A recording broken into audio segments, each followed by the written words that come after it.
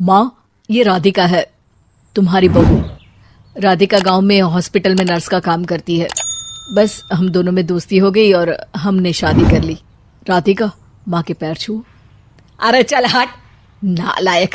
अरे मैंने क्या क्या सपने देखे थे कि तेरी शादी किसी अमीर घर में करूंगी और दहेज में लाखों रुपए लूंगी, और तू गांव की इस मामूली लड़की को मेरी बहू बनाकर ले आया। लेकिन बेटे की जिद के आगे सुनीता देवी मजबूर हो जाती है। राधिका सुनीता देवी को फूटी आंख भी नहीं भाती थी। तुम चिंता मत करो भाग्यवान, हम दोनों मिलकर अपनी बहू को इतना सताएंगे कि वो हमसे तंग आकर ये घर छोड़कर चली जाएगी। फिर हम अपने बेटे की शादी किसी बड़े सेठ की बेटी से कर देंगे, ठीक है?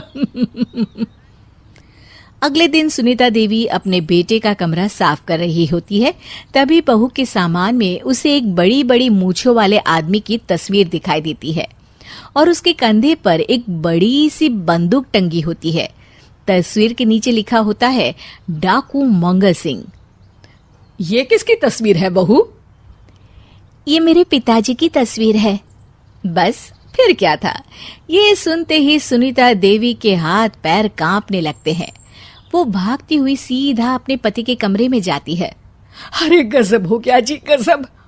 अरे क्या हो गया भाग्यवान? हमारी बहू एक मशहूर डाकू मंगल सिंह की बेटी है। हे भगवान, अब क्या होगा? क्या कहा? डाकू मंगल सिंह? अरे मर गए रे। सुना है वो तो बड़ा ही खतरनाक डाकू है, मारता ज्यादा है गिनता कम है। लोग पुलिस वाले भी उसके नाम से कांपते हैं। अरे सुना है वो तो हर हफ्ते 2-4 लोगों का ऊपर का टिकट कटवा ही देता है। हे भगवान, अब हम क्या करेंगे? ये हमारे नालायक बेटे ने कैसी मुसीबत हमारे गले बांध दी। हाँ वो तो है, अगर हमने बहू को जरा भी तकलीफ दी तो उसका बाप मंगल सिंह हमें गोली से उड़ा देगा। अब जो मैं कहता हूँ उसे ध्यान से सुनो। तुम बहू से बिल्कुल घर के काम मत करवाना, और ध्यान रहे उसे किसी प्रकार की तकलीफ नहीं होनी चाहिए, समझ गई ना? और ऐसा ही होता है। अगले दिन सुनीता देवी रसोई में खाना बना रही होती है कि तभी, ये क्या माँ जी, मेरे रहते आप खाना बना रही हैं? चलिए हटिए, मैं खाना बना देती हूँ। अरे नहीं नहीं बहू, तू यहाँ क्यों आ गई? जा तू अपने कमरे में जाकर आराम कर, मैं खाना बना लूंगी। सुनीता देवी जिद करके राधिका को भेज देती है। फिर एक दिन, अरे फर्श पर कितनी धूल जमी है, माँ जी देखेंगी तो नाराज हो जाएंगी, मैं अभी यहाँ पोछा लगा देती हूँ। राधिका जैसे ही पोछा लगाने लगती है कि तभी उसके ससुर की नजर उस पर पड़ती है। बंसीलाल भागता हुआ वहां आता है। अरे नहीं नहीं बहू, तुम ये क्या गजब कर रही हो? बहू तो बेटी समान होती है, और हम ना अपनी बेटियों से काम नहीं करवाते। तुम आराम से बैठकर YouTube पर किड लॉजिक चैनल की सास बहू की कहानियां देखो। वो लोग ना बहुत अच्छी अच्छी कहानियां बनाते हैं। सच? आप देखते हैं? अरे मैं तो रोज देखता हूँ। शहर की बहू तो मेरी फेवरेट कहानी है। हाँ, ये कहकर बंसीलाल पोछा लगाने लगता है।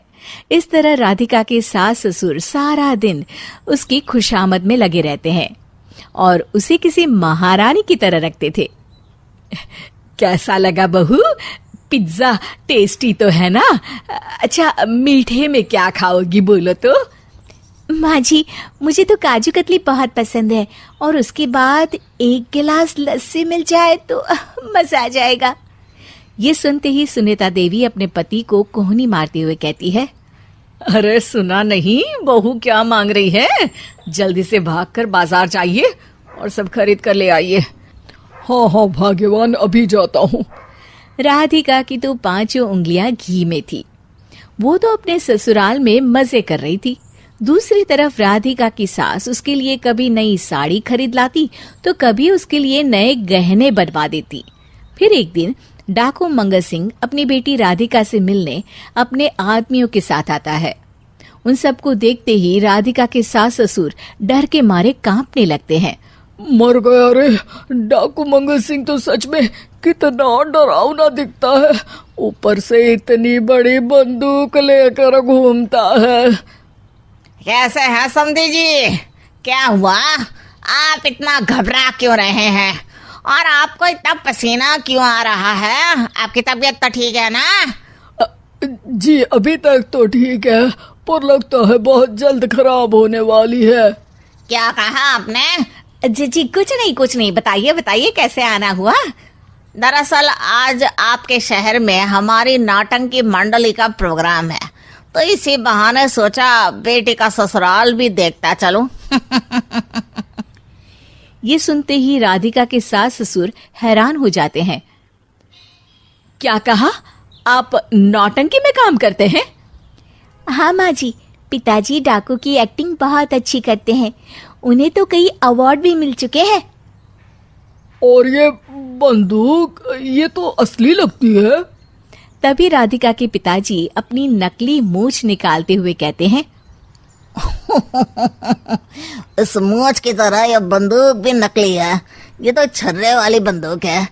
इससे तो मैंने आज तक चिड़िया भी नहीं मारी। और खोदा पहाड़ निकला चूहा। इसका बाप तो मामूली नौटंकी वाला निकला, और हम इससे डर कर बहू की नौकरों की तरह सेवा कर रहे थे। आपने सही कहा जी, इसके पीछे मेरे कितने पैसे खर्च हो गए, और काम कर करके मेरी तो कमर टूट गई सो अलग। अरे बहू, तूने अपने पिताजी के बारे में हमें पहले क्यों नहीं बताया? राधिका मुस्कुराते हुए कहती है, आपने तो कभी पूछा ही नहीं ना माँ जी।